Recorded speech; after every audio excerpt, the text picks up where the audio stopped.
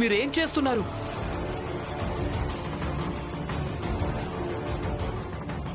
ఆగండి, మీరిలా చేయడానికి వీల్లేదు. వదులు నన్ను. చిన్న జాతి వాడవేయుండే నువ్వు నన్నే పట్టుకుంటావా? నేనేవి ముట్టుకోవడం కోసం మిమ్మల్ని ఇక్కడికి రమ్మనలేదే. మీరే స్వయంగా వచ్చారు. ఇక నేనిక్కడ ఉండగా మా గురువు గారి మొహానికి మసి పూస్తారా? ఆ విధంగా నేను ఏమాత్రం జరగనివ్వను.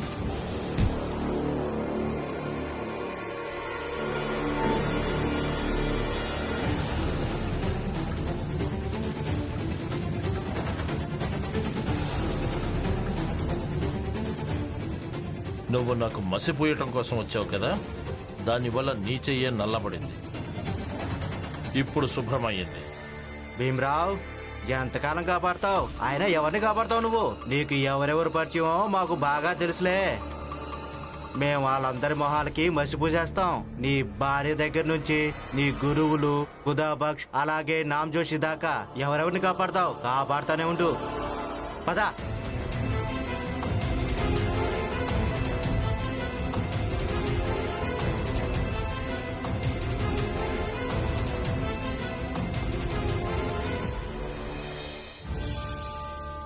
నాకు అర్థం కావటం లేదు రమా.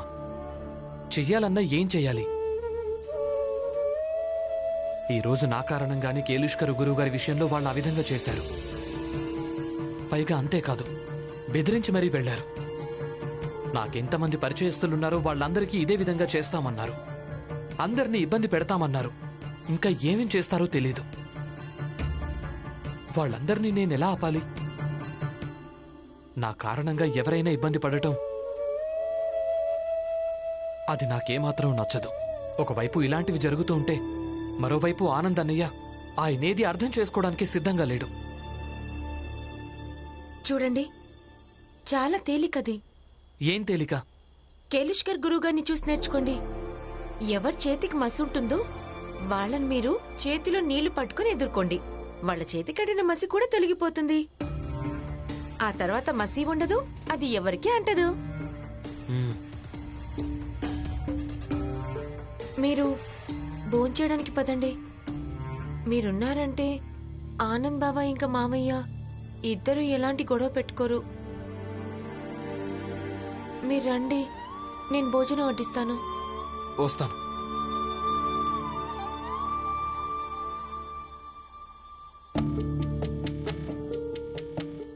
నాకు అర్థమే కావటం లేదు ఏం చెయ్యాలో. రమ చెప్పింది కూడా నిజమే కదా. భీమరావు,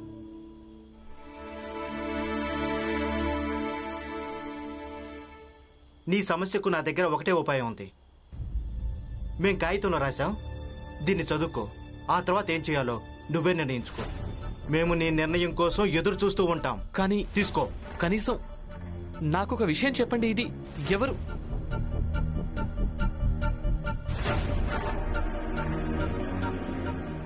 భీమరావు, ఒకవేళ నువ్వు నిజంగానే దేశద్రోహిది కాకుంటే, మేము నిజంగానే నమ్మాలి అంటే ఆనంద్ మిలిటరీలో చేరడం నీకు ఏమాత్రం ఇష్టం లేదు అని. అయితే నువ్వు వచ్చి విప్లవకారుడిలా మారిపో. మాతో చేతులు కలుపు. గుర్తుంచుకో, తెలివితేటలొద్దు. రేపు పొద్దున 8 ఖాళీ మైదానానికి రా. ఉత్తరం ఇచ్చావా? ఇచ్చేశాను. కానీ జోషి గారు, మీకేమనిపిస్తుంది? భీమరావు అక్కడికి వస్తాడా? అది నాకు తెలీదు. రావాలో వద్దో అది వాడిష్టమే అవుతుంది. కానీ మీరు మాత్రం సిద్ధంగా ఉండండి. మేము సిద్ధంగా ఉంటాం.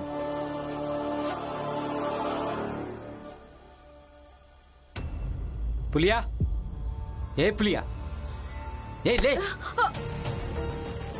ఏమైంది? ఇంటి బయటే కదా పడుకున్నాను. ఇప్పుడు వర్షం కూడా పడట్లేదు. అదేంటంటే నేను నీకు ఒక విషయం చెప్పాలి. చెప్పు. నువ్వు ఈ ఇల్లు వదిలేసి వెళ్ళిపో. ఏంటి? నేను ఇల్లు వదిలేసి వెళ్ళిపోవాలా? ఈ ఇల్లు నీ ఒక్కడిదే కాదు, నేను కూడా సమానమైన భాగస్వామిని.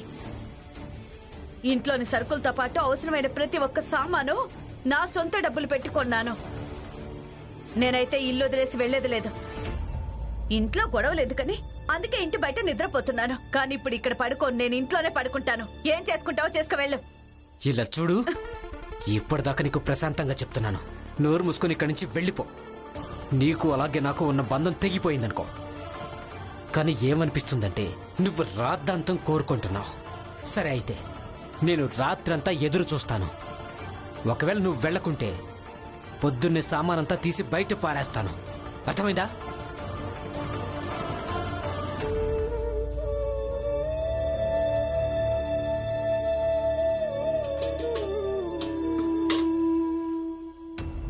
ఆనంద్, మిలిటరీలో ఉద్యోగంలో చేరిన తర్వాత నువ్వు ఈ ఇంట్లోంచి వేరుపడాలి. నాన్న,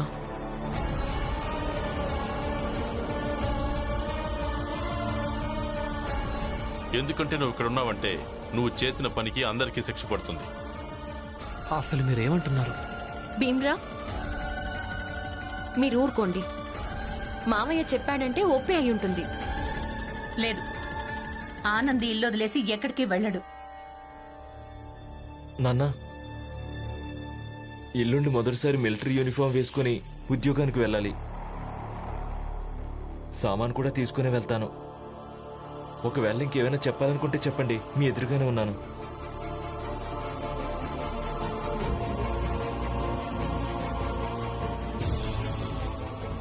ఆనంద్ వెళ్ళిపోతే ఆనంద్కి ఏ జీతం దొరుకుతుందో అది కూడా నాకు దక్కదు.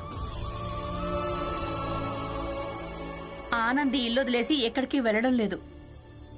ఈ ఇంట్లో నాకు కూడా ఏదో ఒక మూల ఉంటుంది కదా, ఆ మూలలోనే లక్ష్మి ఇంకా ఆనంద్ ఉంటారులే. ఎందుకు ఎందుకు ఆనంద్ జీతం మొత్తం నీ చేతికి వస్తుంది? అందుకేనా? వదినా, మీరు ఈ విషయంలో మాట్లాడుకుంటేనే బాగుంటుంది. ఈ విషయంలో అసలు ఎవరూ మాట్లాడకుండా ఉంటేనే బాగుంటుంది. అలాగే మీరాతో మాట్లాడే పద్ధతి నేర్చుకో. ప్రశాంతంగా తిండి తిను. భీమ్ గురించి తప్ప ఇంకే విషయం గురించైనా మీరు మాట్లాడారా ఎప్పుడైనా? మాట్లాడతాను కదా, కూర మసాలా ఎక్కువైందని, చూస్తుంటే ఈరోజు కూరలో కారం కొంచెం ఎక్కువ వేశారని, లేదా వండిన వాళ్ళ స్వభావం చాలా కఠినంగా ఉందని. ఇంకా ఏమైనా చెప్పాలా? కొంచెం శాంతి కావాలి, అంతే.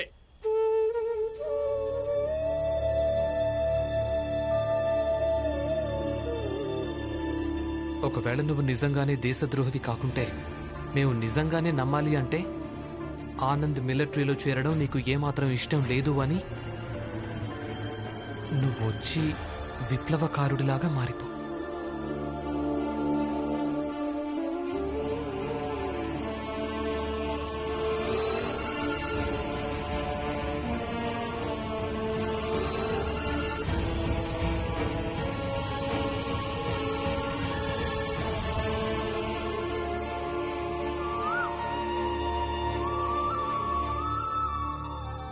బహుశా ఆ ఖాళీ మైదానం ఇదే అయ్యుంటుంది.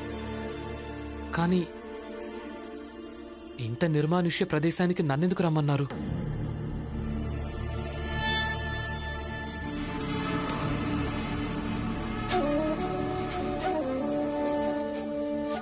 అభినందనలు భీమరావు, నువ్వు మా ప్రస్తావనను అంగీకరించినందుకు. ఏక నేను ఎవరూ కూడా దేశద్రోహి అనరు. అలాగే నువ్వు ఆందోళన కూడా పడాల్సిన అవసరం లేదు. మీ ఇంట్లో వాళ్ళకో అలాగే నీ పరిచయస్తులకో అవమానాన్ని ఎదుర్కోవాల్సి వస్తుందేమోనని. చూడండి, నేను చాలా ఆలోచించాను. మీరందరూ చాలా మంచి పని చేస్తున్నారు. మీ పోరాటం కూడా చాలా గొప్పది. నన్ను దేశద్రోహి అనకుండా ఉండటానికి ఒకవేళ ఇది ఒకటే మంచి మార్గం అయితే మీరు నన్ను క్షమించండి. నేను ఈ పద్ధతికి అంగీకరించను. నేను మీ అందరితో చేతులు కలపలేను. తర్వాత కావాలంటే మీరు నా విషయంలో అలాగే నా కుటుంబ విషయంలో ఏం చేసినా సరే నేను వాటన్నింటితో పోరాడడానికి సిద్ధంగా ఉన్నాను. అయితే మా విప్లవం కోసం నువ్వు ఆహుతి కావాల్సి ఉంటుంది. ఏక రక్తం చెందుకుంటే అది విప్లవమే కాదు. అంటే మీరు అసలు ఏం చేస్తున్నారు? వదలండి, నన్ను వదలండి. త్వరగా. వద్దు వద్దు, అసలు మీరెందుకు ఇలా చేస్తున్నారు? మీరందరూ నిజమైన యోధులు కదా. నన్ను అకారణంగా చంపేసి మీరు చేస్తున్న స్వాతంత్ర పోరాటానికి కళంకం ఎందుకు తీసుకురావాలనుకుంటున్నారు? మూర్ఖపు భీమరావ్, వీళ్ళందరూ నిజమైన విప్లవకారులు కాదు. కేవలం నిన్ను చంపడానికి విప్లవకారులా మారిపోయారు. నన్ను వదిలిపెట్టండి. భీమ్రావ్, నీ దేశద్రోహానికి ఇప్పుడు శిక్ష పడుతుంది. ఇక ఈ శిక్షలో పోగొట్టుకునేవి నీ ప్రాణాలు.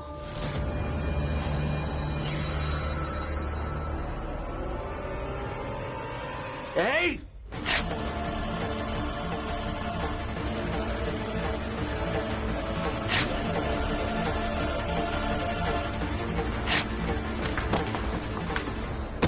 इंकिलाब जिंदाबाद, इंकिलाब जिंदाबाद, इंकिलाब जिंदाबाद, इंकिलाब जिंदाबाद, इंकिलाब जिंदाबाद, इंकिलाब जिंदाबाद, इंकिलाब जिंदाबाद, इंकिलाब जिंदाबाद, इंकिलाब जिंदाबाद. వీళ్ళందరూ ఇక్కడికి ఎలా వచ్చారు? రమా, నువ్విక్కడికెలా వచ్చావు?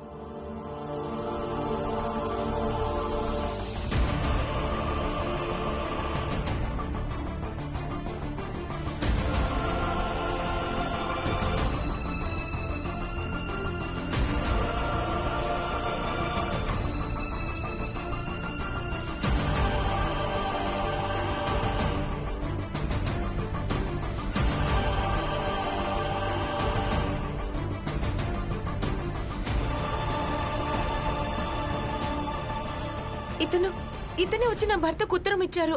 అలాగే నేనేమేం చెప్పానో అవన్నీ ఈయన చేశాడు. మేమంతా భారతీయ విలువల్ని గౌరవిస్తాం. ఇక ఎవరైతే భారతదేశ విలువల్ని గౌరవించరో వాళ్ళు విప్లవకారులు కానే కారు. మీరంతా విప్లవకారులు కాదు.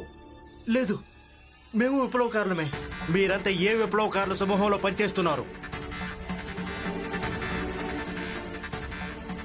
చెప్పండి. మౌనంగా ఎందుకున్నారు? వీళ్ళు పట్టుకోండి. విప్లవకారులు కానే కారు వీళ్ళు. వీళ్ళు మన పోరాటానికి అలాగే మనకు నమ్మక ద్రోహం చేశారు. పట్టుకోండి, పట్టుకోండి, పట్టుకోండి, కొట్టండి.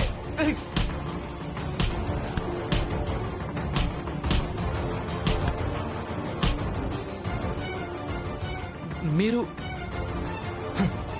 ఈ రమ ఇప్పుడు నా ప్లాన్ ని నాశనం చేసేసింది.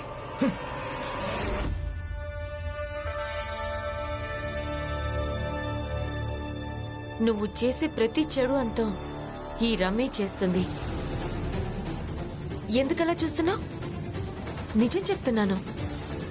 అలాగే ఇది కూడా నిజమే. ఆ గుండాలను నకిలీ విప్లవకారుల్లో మార్చింది మీరే కదా?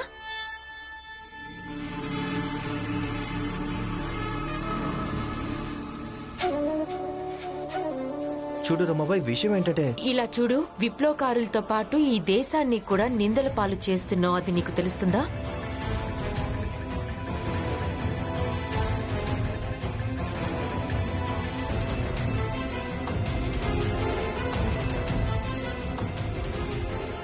విప్లవకారులను నిందల పాలు చేస్తారా? ఈ రోజు మేము మిమ్మల్ని వదిలిపెట్టాం. అయ్యో అన్నా, ఇలా చేయకండి బాబాయ్.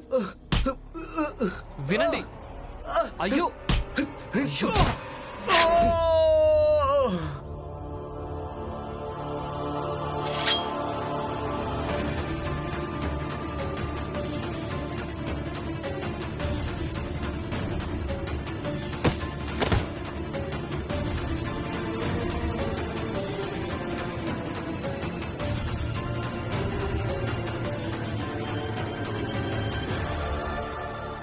అయ్యో అయ్యో, ఈయన వెంటనే హాస్పిటల్ తీసుకెళ్లాల్సి ఉంటుంది. పదండి. వద్దు, హాస్పిటల్కి వెళ్ళను. కానీ ఎందుకు? హాస్పిటల్కి వెళ్తే ఆంగ్లేయ అధికారులకు తెలిసిపోతుంది. వాళ్ళకి తెలిసిందంటే వాళ్ళు మనల్ని అరెస్ట్ చేస్తారు. అయితే ఈయన గాయాన్ని ఏం చేద్దాం? ఇంటికి తీసుకెళ్దాం. మావయ్యకు తెలుసు, డాక్టర్ లేకుండా ఏం చేయాలో ఆయనకు తెలుసు. పదండి పదండి, త్వరగా లేపండి, లేపండి.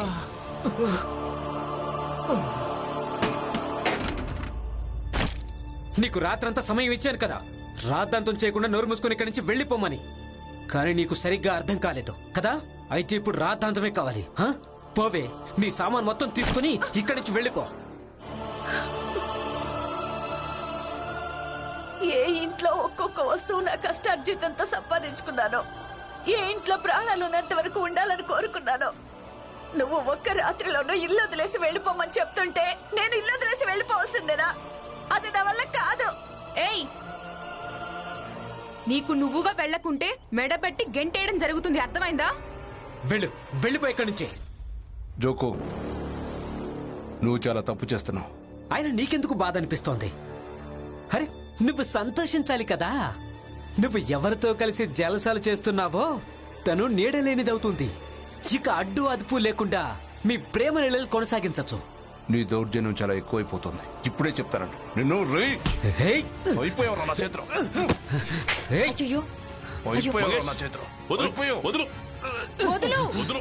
ఏం చేస్తున్నావు? చెప్పేది విను. నేను చెప్పేది విని జోకు. ఆగు బాబాయ్. మావయ్య, ఈ వ్యక్తికి వైద్యం చేయండి. ఏమైంది తనకి? కడుపులో పొడిచారు నాన్న.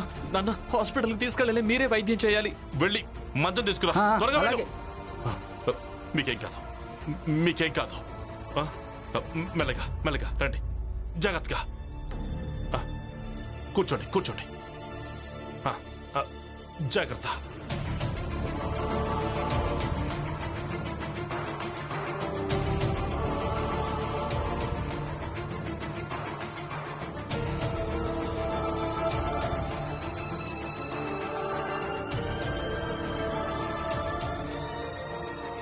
రమా, వేడి నీళ్ళు ఇంకా శుభ్రమైన గుడ్డ తీసుకురా, త్వరగా.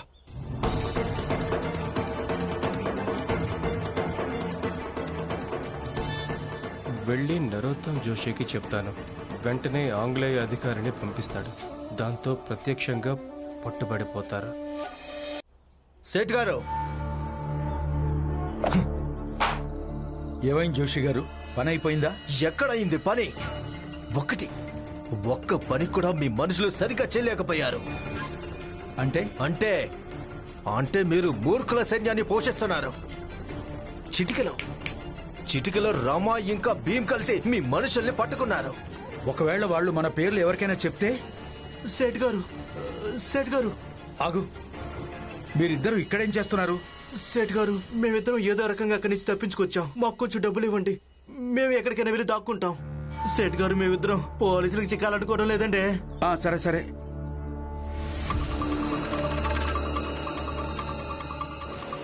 ఇదిగో, మీరు ఇక్కడి నుంచి పారిపోండి. ఎక్కడికైనా వెళ్ళి చావండి. పోలీసుల చేతికి మాత్రం దొరక్కండి. నా పేరు ఎవరికి చెప్పడానికి వీల్లేదు. త్వరగా ఇక్కడి నుంచి వెళ్ళండి. ఆగండి.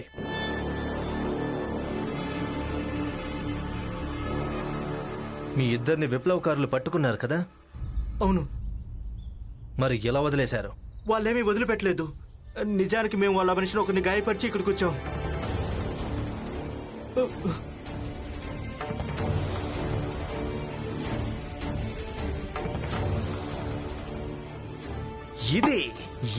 ఇది సేట్ గారు, ఇది చాలా బాగుంది. ఇప్పుడు కోతి కొండ దిగి కిందకొచ్చింది. ఒకడు గాయపడ్డాడు, హాస్పిటల్కి వెళ్ళలేరు. సేట్ గారు, నాకు ఆ భీమ్రావు గురించి తెలిసినంత వరకు వాడు తనను వైద్యం చెయ్యడానికి వాడింటికి తీసుకెళ్ళుంటాడు. ఇప్పుడు నేను కేవలం పోలీసులను భీమ్రావు ఇంటికి తీసుకెళ్ళాలి. అలాగే భీమ్రావును విప్లవకారులకు సహాయం చేస్తుండగా నేను ప్రత్యక్షంగా పట్టించానంటే అప్పుడు భీమ్రావు అలాగే తన కుటుంబం ఊచల వెనకుంటారు.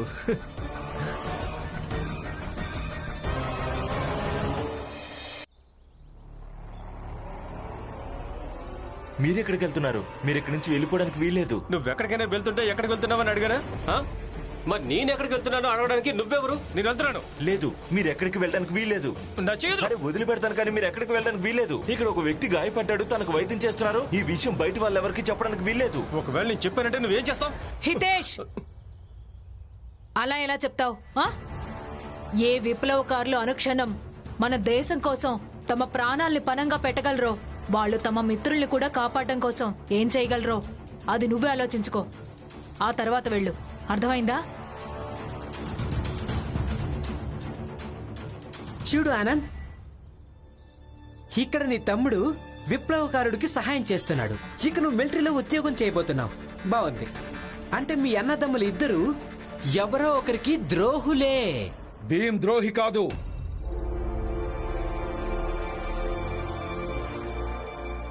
తాను రుజువు చేశాడు. నిజానికి విప్లవకారుల పేరుతో భీమ్కే చెడు చేస్తున్నారు. నాన్న,